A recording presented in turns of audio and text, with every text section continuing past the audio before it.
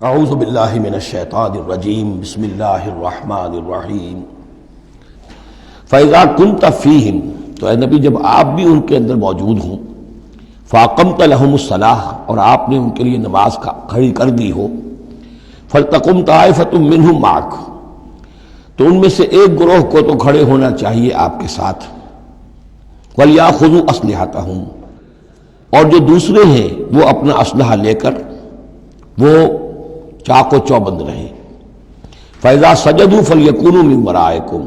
تاکہ جب تم سجدہ کرو جو حضور کے ساتھ نماز پڑھ رہے سجدے میں جائیں تو وہ دوسرا گروہ جو ہے جو نماز میں شریک نہیں ہے وہ ان کی حفاظت کرے کھڑے رہیں ان کے پیچھے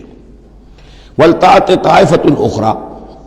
اب اس کے بعد ہوتا کیا تھا کہ حضور نے ایک رکعت نماز پڑھا دی اور آپ بیٹھے رہے دوسری رکعت کے لیے اٹھے نہیں دوسری رکعت مسلمانوں نے خود ادا کر لی اب جب انہوں نے سلام پھیر دیا چلے گئے تو جو پہلے جو تھے جو اس وقت تک شریک نہیں ہوئے تھے وہ حضور کے پیچھے آ گئے اب حضور نے ایک رکعت اور پڑھی تو ان کی ایک رکعت حضور کے پیچھے ہو گئی اس کے بعد حضور نے ایک رکعت کے بعد سلام پھیر دیا انہوں نے پھر ایک رکعت اور ادا کر لی اس طریقے سے کہ کوئی بھی حضور کی امامت کے شرف سے اور فضل سے محروم نہ رہے فَإِذَا سَجَدُوا فَلْيَكُونُوا مِن وَرَائِكُمْ وَلْتَأْتِ طَائِفَةٌ أُخْرَىٰ لَمْ يُصَلُّوا فَلْيُصَلُّوا مَعَكَ اب وہ دوسرا گروہ کو آنا چاہیے کہ جنہوں نے ابھی نماز نہیں پڑھی تھی کہ وہ آپ کے ساتھ نماز پڑھیں وَلْيَأْخُذُوا حِذْرَهُمْ وَأَسْلِحَتَهُمْ اور ان کو چاہیے کہ وہ اپنی ڈھالیں بھی اپنا بچاؤ بھی اور اسلحہ بھی ساتھ رکھے وَدَّ الَّذِينَ كَفَرُوا لَوْ تَغْفُلُونَ عَنْ أَسْلِحَتِكُمْ وَأَمْتِعَتِكُمْ یہ کافر تو اسی طاق میں رہتے ہیں اسی امید میں رہتے ہیں کہ تم جیسے ہی غافل ہو جاؤ وَدَّ الَّذِينَ كَفَرُوا لَوْ تَغْفُلُونَ عَنْ أَسْلِحَتِكُمْ اپنے اسلحہ سے غافل ہو جاؤ وَأَمْتِعَتِكُمْ اور اپنے مال و اسباب سے فَيَمِيلُونَ عَلَيْكُمْ مَيْلَةً وَاحِدَةً تو وہ تم پر ایک دم ٹوٹ پڑے حملے کے اندر وَلَا جُنَاحَ عَلَيْكُمْ إِن كَانَ بِكُمْ أَذًى مِّن مَطَرٍ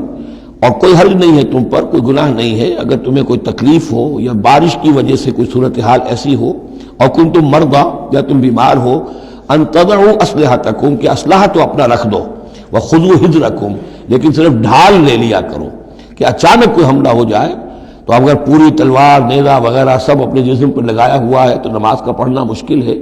اور یہ کہ حالات ایسے ہیں تو اسلحہ علیحدہ رکھ دیا جائے لیکن ڈھال اپنے پاس موجود رہے تاکہ اچانک کوئی حملہ ہو تو کم سے کم انسان کو وقت ملے کہ وہ اپنے آپ کو بچا کر اور پھر وہ اپنا اسلحہ بھی لے لے گا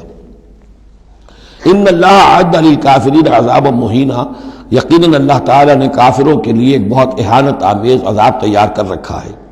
فَإِذَا قَضَيْتُمُ الصَّلَاةَ پھر جب یہ نماز اس طریقے سے تم ادا کر لو فاذکروا اللہ قیاما وقعودا وعلی جنوبکم تو پھر ذکر کرو اللہ کا کھڑے ہوئے بیٹھے ہوئے لیٹے ہوئے سواریوں پر چلتے ہوئے وہ ذکر جو ہے وہ ذکر کثیر وہ صرف نماز کے ساتھ نہیں ہے بلکہ جیسے سورہ جمعہ میں آیا ہے کہ فَإِذَا قُضِيَتِ الصَّلَاةُ فَانتَشِرُوا فِي الْأَرْضِ وَابْتَغُوا مِن فَضْلِ اللَّهِ وَاذْكُرُوا اللَّهَ كَثِيرًا لَعَلَّكُمْ تُفْلِحُونَ ہر حال میں جب تم اللہ کو یاد رکھو اللہ کا ذکر کرتے رہو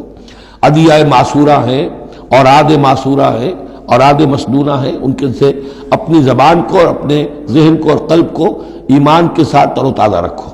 فَإِذَا اطْمَأْنَنْتُمْ اور جب تمہیں امن حاصل ہو جائے یعنی یہ نماز کی یہ کیفیت جو ہے یہ صرف اس شکل میں ہوگی کہ خوف ہے صلاۃ الخوف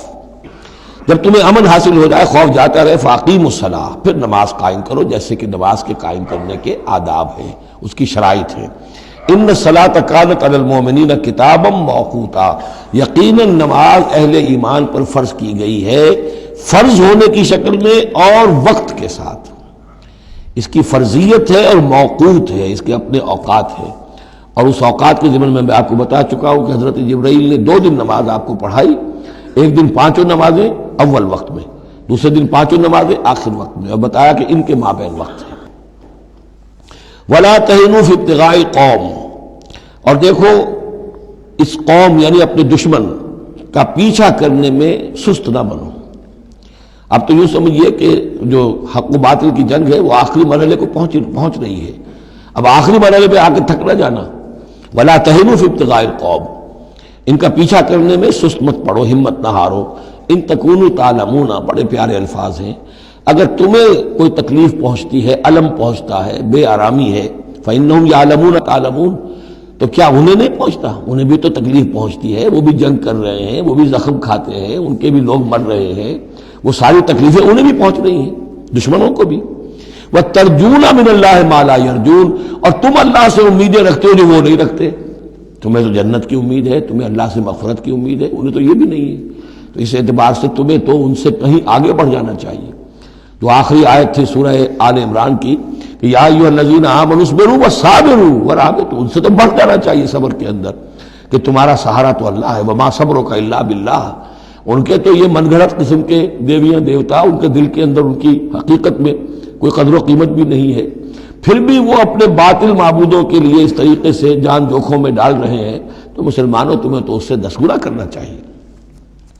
ولا تهنوا في ابتغاء القوم ان تكونوا تعلمون فانهم يعلمون كما تعلمون وترجون من الله ما لا يرجون وكان الله عليما حكيما، اور یقینا اللہ تعالی علیم ہے اور حکیم ہے۔ صدق اللہ العظیم۔